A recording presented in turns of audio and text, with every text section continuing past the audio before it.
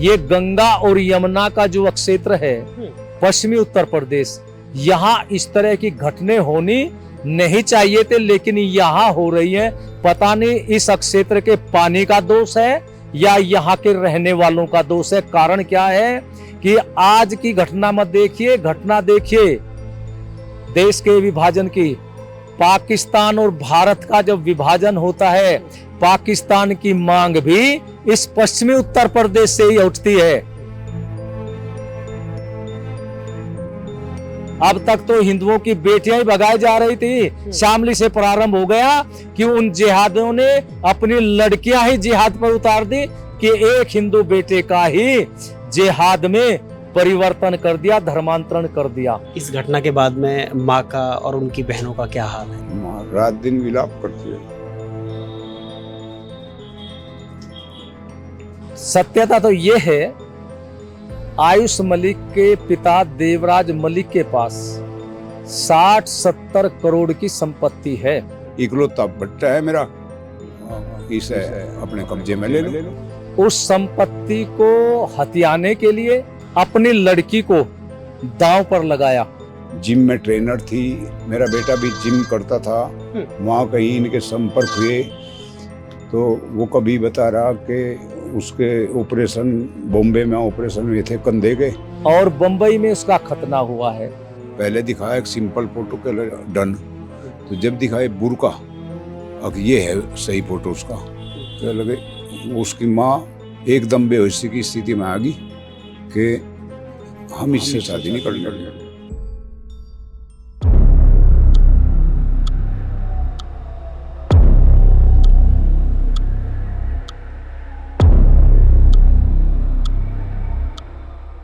वर्ष 2023 में पीएफआई के आतंकियों से भारत को 2047 तक इस्लामिक देश बनाने का मॉड्यूल सुरक्षा एजेंसियों के जब हाथ लगा था, तो भारत में रहने वाली बहुसंख्यक यानी हिंदू आबादी को यह सब मजाकिया या असंभव सा लगा।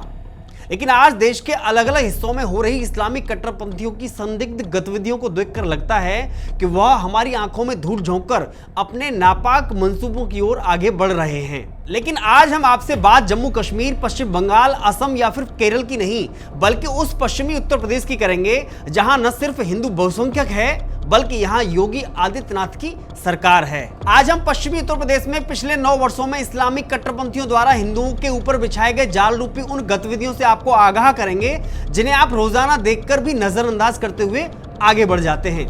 हमने इन चिंताओं को लेकर मुजफ्फरनगर निवासी यशवीर महाराज से विशेष बातचीत की। सुनिए उन्होंने इस्लामिक कट्टरपंथियों के लगातार फैलते नेटवर्क को लेकर क्या कहा।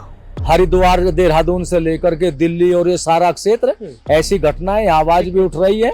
जैसे हमारे सड़कों पर जो उदाहरण के लिए, बल्कि ये कहना चाहिए धर्म अक्षेत्र की तरफ को, धर्म स्थल की तरफ को जो मार्ग जाता है, उन पर होटल, ढाबे, चाय की दुकान, मिठाई की दुकान, जूस की दुकानें हैं, और उनके संचालन करने वाले तो इस्लाम मजहब के मानने वाले हैं, लेकिन वे सारी दुकानों पर जो बोर्ड लगाते हैं, हिंदुओं के देवी देवताओं के नाम का बोर्ड लगाते हैं, अपनी वेशभूषा भी हिंदुओं की तरह रखते हैं, इस्लाम मजहब के मानने वाले हैं, लेकिन उनके शरीर पर इस्लाम मजहब का कोई चिन्ह नहीं होता। धर्म को भ्रष्ट करने के लिए इनको शिक्षा दी जाती है कि हिंदुओं के धर्म को भ्रष्ट करिए, तुम्हें बड़ा सवाब मिलेगा, और सवाब मिलने में तुम्हें सीधी जन्नत मिलेगी, और जन्नत में भाई क्या मिलेगी। ऐसे ऐसे सपने दिखा करके उस मजहब के लोगों को गलत मार्ग इन लोगों ने पकड़ा दिया। इसलिए हमने जो आवाज उठाई तब वो नेम प्लेट का मामला चला, तो सब सरकारी आदेश हो गए कि नाम लिखा जाना चाहिए।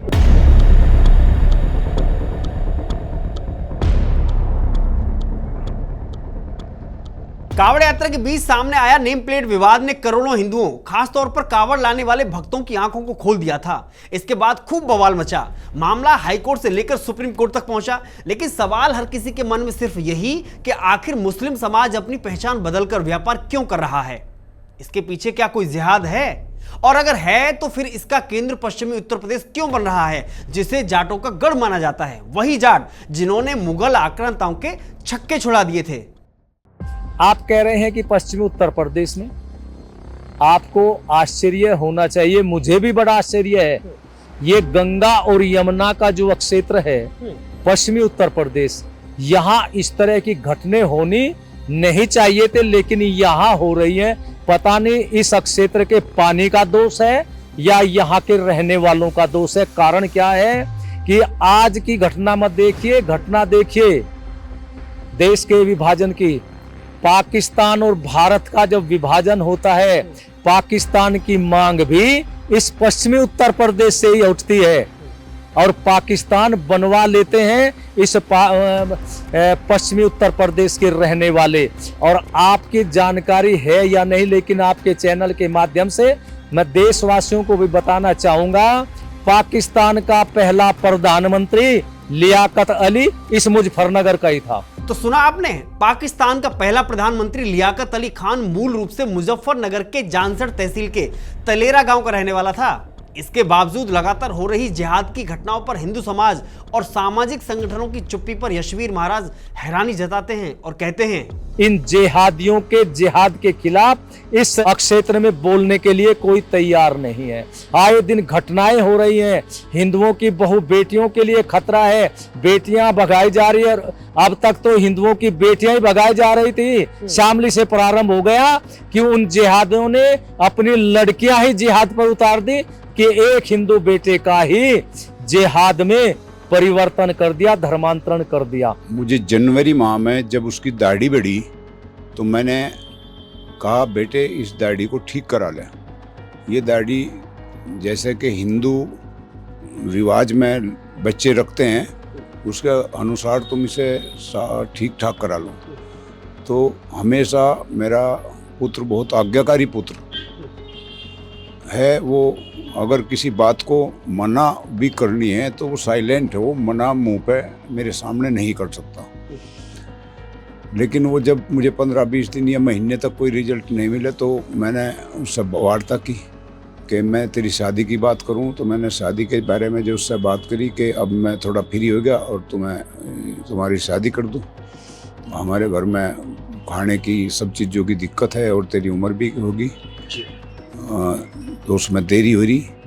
तो बेटे ने मेरे से अपनी मम्मी से बात की, अपनी मम्मी को बता कि एक लड़की है। उन्होंने कहा कोई भी लड़की है अगर तेरे ज़िंदगी में है तो उससे शादी कर ले। उन्होंने अपनी माँ को फोटो दिखाने से पहले ये जब उसकी माँ ने स्वीकृति दे दी कि जो भी कोई है हम उससे कर देंगे, लेकिन जब उन्होंने दिखाया, अगर नहीं देखो पहले दिखाया एक सिंपल फोटो के डन, तो जब दिखाए बुरका, अगर ये है सही फोटो उसका, क्या लगे उसकी माँ एकदम बेहोशी की स्थिति में आ गई कि हम इससे शादी नहीं करने।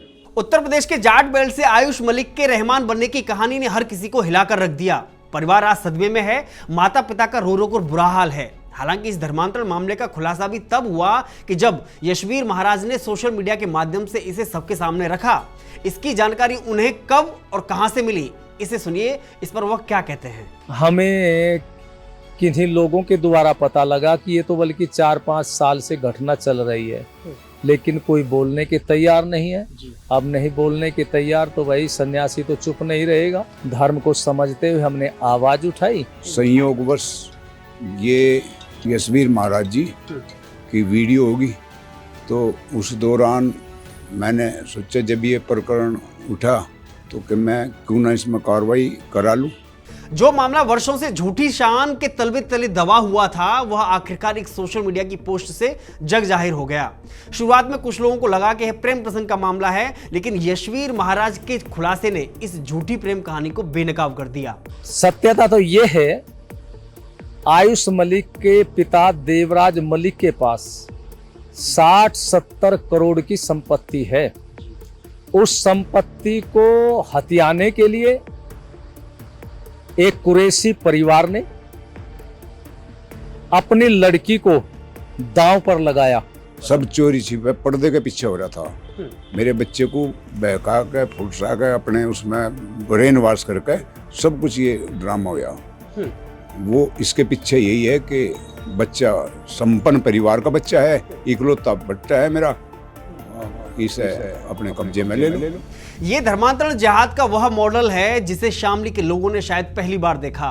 यही कारण है कि चांदनी कुरैशी आयुष को प्रेम जाल में फंसाकर पहले तो दवा कारोबारी के घर में घुसपैठ की और फिर आयुष का जबरन धर्मांतरण कराने के लिए अश्लील वीडियो बनाकर वायरल करने और उससे जान से मारने तक की धमकी दी गई। उसको मारने की भी उसने धमकी दी, तो वो डर गया, डर करके उसने दोनों ही काम कर लिए। इस्लाम मजहब को स्वीकार किया और उसको इस्लाम मजहब में दिल्ली की जो जामा मस्जिद है वहां सुना है, देखो जानकारी तो नहीं बताया गया कि वहां पर उसका धर्मांतरण हुआ है और बंबई में उसका खतना हुआ है। खतना हो चुका है? खतना बताते हैं, हमने कौन सा देखा, जो बताते हैं वही बताते हैं कि भाई बंबई में हुआ और इसमें उनके से साथ में सहयोग करने वाले अभी खुलासा हुआ है। ये तो आगे खुलासा पूरा जब होगा, पुलिस लगी हुई है, लेकिन 3 मौलवियों का खुलासा हुआ है, जो एक मौलवी शामली का रहने वाला और 2 दिल्ली के रहने वाले हैं। और अभी कड़ी खुलती ही जा रही है। कड़ी में ये भी आया है कि इस कड़ी का जो सूत्र है पाकिस्तान तक भी है। फरवरी 26 से मैं लगातार जानकारी करता रहा, तो इसमें मुझे जितनी जानकारी अपने सूत्रों से प्राप्त हुई, लगातार उससे बात करते करते तो ये नतीजा पाया कि ये तो एक षड्यंत्र है, जब कि शादी प्रेम जाल में फंसाने के बाद मेरे बेटे की प्रॉपर्टी हड़पने के चक्कर में उसे धर्मांतरण करागा। और इसके पीछे बहुत लोगों का हाथ जरूर होगा, चूंकि उसका परिवार है, लेकिन वो उसका इतना ब्रेन वॉश कर दियागा कि वो अब बात करने के लिए ही सही बात करने के समझने की स्थिति में नहीं है। ब्रेन वॉश का प्रभाव ज्यादा है उसके ऊपर। क्या काउंसलिंग होनी चाहिए उसकी? हाँ, काउंसलिंग होनी चाहिए, काउंसलिंग होनी चाहिए। अभी वर्तमान में तो परिवार से भी रिश्ता करीब करीब खत्म ही कर लिया उन्होंने 5-4 महीने से। तो जब कोई संतान बिगड़ती है, समाज के लोग भी चुपचाप बैठे रहते हैं, जबकि समाज को पहले पता लग जाता है। समाज को जागृत करना चाहिए। इस घटना के बाद में माँ का और उनकी बहनों का क्या हाल है? माँ रात दिन विलाप करती है।